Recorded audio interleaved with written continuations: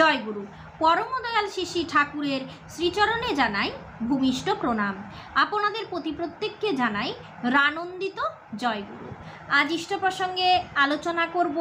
আপনারা প্রত্যেকেই জানেন, আর অনেকেই কমেন্ট করেছেন। কালকে কমেন্ট বক্স আমি চেক করে দেখলাম যে জন্মাষ্টমী সম্পর্কে কিছু বলুন। হ্যাঁ, তা তো বলবোই, কিন্তু সময় তো আসতে হবে। কারণ কাল যে জন্মাষ্টমী আমরা সকলে জানি, কাল একটা বিশেষ দিন। আমরা অনেকেই ভাবি, অনেকেই মনে করি যে ভাদ্র মাস খুব খারাপ, ভাদ্র মাসে নাকি ঘরে অভাব অনটন লেগেই থাকে, ভাদ্র মাস ভালো নয়, অশুভ মাস, যেহেতু ভাদ্র মাসে কোনো শুভ অনুষ্ঠান হয় না, এরকম অনেক কিছুই মনে করি। কিন্তু একটা কথা জানেন কি, ভাদ্র মাসটা সবথেকে ভালো এবং পূর্ণ মাস। পরম দয়াল শ্রী শ্রী ঠাকুরের আবির্ভাব এই ভাদ্র মাসে আমাদের ভগবান শ্রীকৃষ্ণের আবির্ভাব। তাহলে বুঝে দেখুন না এই ভাদ্র মাসটাকে কেন মানুষে খারাপ বলে। আসলে আমাদের মনের অনেক কুসংস্কার ভাবনা আছে, যেটাকে জড়িয়ে ধরে আমরা বাঁচতে চাই, বাড়তে চাই, এগোতে চাই। তো এই ভাদ্র মাসেই পরম দয়াল শ্রী শ্রী ঠাকুর কিভাবে ভগবানের সেবা করতে বললেন, কিভাবে সন্তুষ্ট করতে বললেন, আজকে তা নিয়ে আমরা আলোচনা করব। আর জন্মাষ্টমী দিনে এক বিশেষ মন্ত্র আলোচনা করব, যে মন্ত্রটা আপনাদের পাঠ করতে হবে। কাল জন্মাষ্টমী, আমরা বেশিরভাগ মানুষই জন্মাষ্টমী ব্রতটা পালন করি। পরম দয়াল শ্রী শ্রী ঠাকুর নারীর নীতি গ্রন্থে বললেন ব্রত অনুষ্ঠান মায়েদের করতেই হয়। আপনারা কি ওই বাণীটা পড়েছেন? না পড়লে পড়ে নেবেন। আজ আর ওইটা নিয়ে সময় নষ্ট করছি না, আলোচনা বাড়াচ্ছি না। তো এই ভাদ্র মাসে এই যে জন্মাষ্টমী আমরা কীভাবে পালন করি? অন্ন খাই না, ভাত মুড়ি খাই না, এই লুচি টুচি খেয়েই আমাদের দিন কাটে। আপনারা এই জন্মাষ্টমীটা খুব নিষ্ঠা ভরে কাটান। চলুন ভগবান সম্পর্কে কয়েকটা আলোচনা করি, কয়েকটা কথা বলি।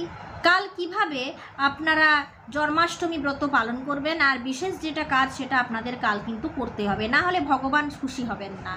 এই জন্মাষ্টমী করা আপনাদের সার্থক হবে না। তো ঠাকুর কি করতে বললেন? ঠাকুর পরম দয়াল শ্রী শ্রী ঠাকুর নিজের সদ্গুরু, তার আগে কেউ নেই, কিন্তু তিনি ভগবানকে অস্বীকার করেননি কোনো মতেই। তিনি অস্বীকার করেননি শ্রী শ্রী রামকৃষ্ণ ঠাকুরকে, তিনি অস্বীকার করেননি ভগবান শ্রীকৃষ্ণকে। তিনি বলেছেন, পূর্বতনে মানি না যারা, জানিস নিছক ম্লেচ্ছ তারা। যারা প্রত্যেক এই পূর্বপুরুষদেরকে কিন্তু মানতেই হবে। তিনি রামচন্দ্রকে অস্বীকার করেননি। তো চলুন, ঠাকুর বলছেন ভগবানের দয়া তো আছেই, তার জন্য আপনার ভাবা লাগবে না, নিজের প্রতি দয়া করেন তাহলেই হবে। আপনাদের একটা সুবিধা হয়েছে, হাতে কলমে যে যতটা করছেন না করছেন, কিন্তু বাঁকাচোরা বোধের গোলমাল নেই, সোজা হয়ে গেছে। আপনাদের কাছে এসে কেউ মারা পড়বে না। কত জায়গায় আছে কি বলতে, কি কয়, কি করতে, কি করে, কোনোটারই ঠিক নেই। একবার ভাই বলছেন যে ভগবান কৃপাময় বলে, তার মানে কি?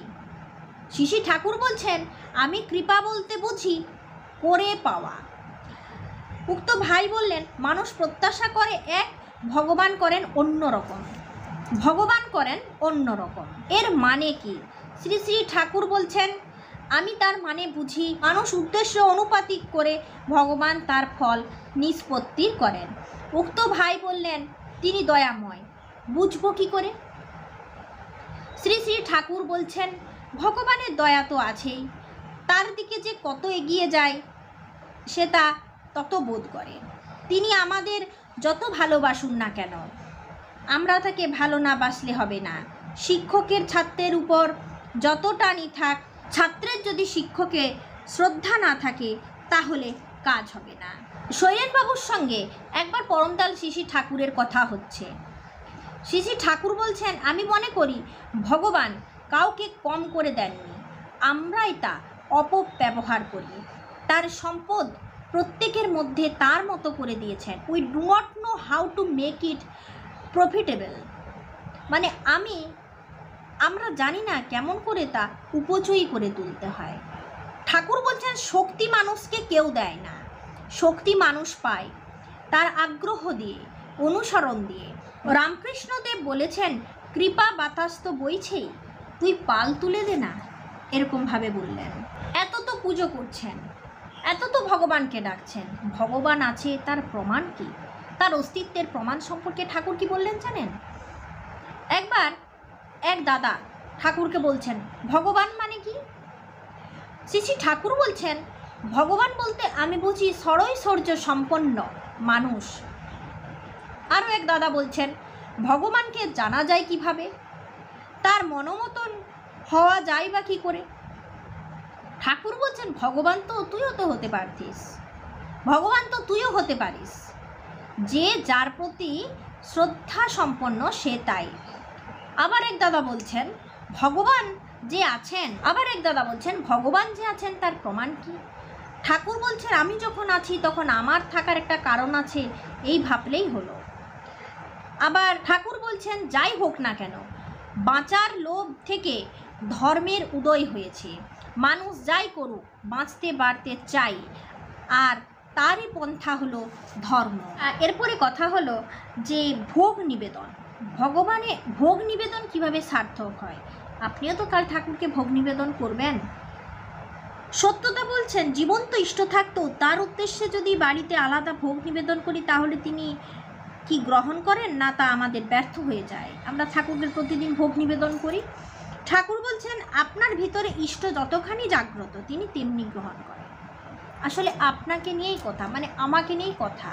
আমার ভেতরে আমার ঠাকুরটাকে জাগ্রত করতে হবে, না হলে এর কোনো অস্তিত্ব নেই, না হলে একে মানে ভোগ নিবেদন করে পুজো করে কোনো লাভ নেই। আমার ভেতরে আমার ঠাকুরকে আগে জাগ্রত করতে হবে। আচ্ছা, ভগবানের সেবা করবেন কিভাবে? জন্মাষ্টমীটা আমরা পালন করছি যে ভগবানের জন্মদিন, এই দিন শুভ দিন, তার পুজো করছি, কিন্তু তার সেবা কিভাবে দেব, কিভাবে তাকে সন্তুষ্ট করব? আসুন জেনে নিই। প্রাতে শিশি ঠাকুর বড়াল বাংলোর বারান্দায় এসে বসেছেন। মায়েরা অনেকেই আছেন। রমনদার মার খাওয়ার কথা আলোচনা হচ্ছিল। দুলালী মা বললেন, মানুষ যে খায়, মানুষ খায় না ভগবান খান? ঠাকুর বলছেন, মানুষ খায়। দুলালী মা বলছেন, মানুষের ভিতর তো ভগবান আছেন, তিনি খান না? শিশি ঠাকুর বলছেন, তাকে তো দিইনি। দুলালী মা বলছেন, দিইনি কেন? শিশি ঠাকুর বলছেন, নিজেকে নিয়ে তো ব্যস্ত থাকি, লোভে খায়। দুলালী মা বলছেন, আমাদের খাওয়া তাহলে ভগবান পান না? শিশি ঠাকুর বলছেন, মানুষকে যখন ভালোবেসে খাওয়ায় তখন ভগবান একটু পান, যেমন প্রাণে দিই তিনি তেমনি পান। বিশেষ করে অশক্ত, ক্ষুদ্ধার্ত, আপদগ্রস্ত, বিপাক বিধ্বস্ত এদের খাওয়ালে ভগবান খান। চলুন আরও একবার বলি। মানুষকে ভালোবেসে যখন খাওয়ায় তখন ভগবান পান। অশক্ত, ক্ষুদ্ধার্ত, আপদগ্রস্ত, বিপাক বিধ্বস্ত এদের খাওয়ালে ভগবান খান। খাওয়াও না কেন? তাদের প্রতি যত্ন, আদর, সেবা, শুশ্রূষা যাই করা হয় সবই ভগবান পান। তাদের যোগ্যতায় যোগ্য করে তুললে ভগবান আরও তৃপ্তি পান। যাকেই যোগ্য করে তুলবে ভগবান তাতেই তৃপ্ত হন। দিয়ে মানুষকে করা যায় না। আজ মানুষকে কিছু দিলেন, কাল আপনার কাছে সে আবারও আসবে, যে ওইখানে গেলেই পাবো, এইভাবে সে একটা সুযোগ নিবে, তার একটা লোভের সৃষ্টি হবে।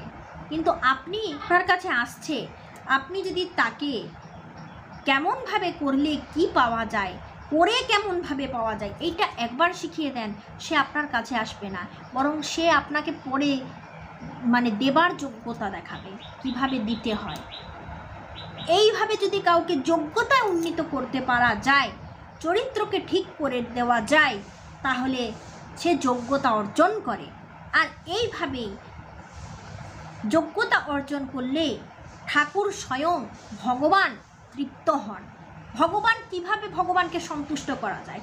সারাদিন উপবাস করলাম, ভগবানের জন্মাষ্টমী ব্রত করছি বললে সেই ব্রত সার্থক হয় না। যদি আমার মনে ভগবান সদা জাগ্রত থাকেন, আমি যদি আপদগ্রস্ত, বিধ্বস্ত, ক্ষুদ্ধার্ত ব্যক্তিকে খাওয়াই, তাদের সেবা শুশ্রূষা করি মন প্রাণ দিয়ে, তাহলে আমি ভগবানকে তৃপ্ত করতে পারবো। আমি তাদের সেবা দিলে ভগবান সেবা পাবেন। আমার মনে বিভিন্ন রকমের বিপাক চলছে, ঝড় চলছে, মানুষকে দেখতে পাচ্ছি না, সাহায্যের কথা উঠলেই 5 পা পিছনে পিছিয়ে যাচ্ছি, আর আমি বলি ভগবানের সেবা করব, সে সেবা আমার ভগবান কি নেবেন?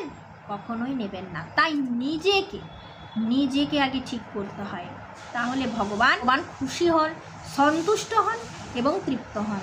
ভগবান আমাদের সব কিছুই দিয়েছেন, যথাযথ ব্যবহার করতে জানি না, আর ব্যবহার করতে না জানার এইটাই অভাব। তো কাল হচ্ছে জন্মাষ্টমী, কাল এক বিশেষ মন্ত্র আলোচনা করব। আজ ইষ্ট প্রসঙ্গ এই পর্যন্তই। কালকে মন্ত্র আপনাদের আমি বলে দেব, সেই মন্ত্র জপ করবেন। ভগবান শ্রীকৃষ্ণের বই থেকে সেই মন্ত্র কাল আপনাদের বলবো।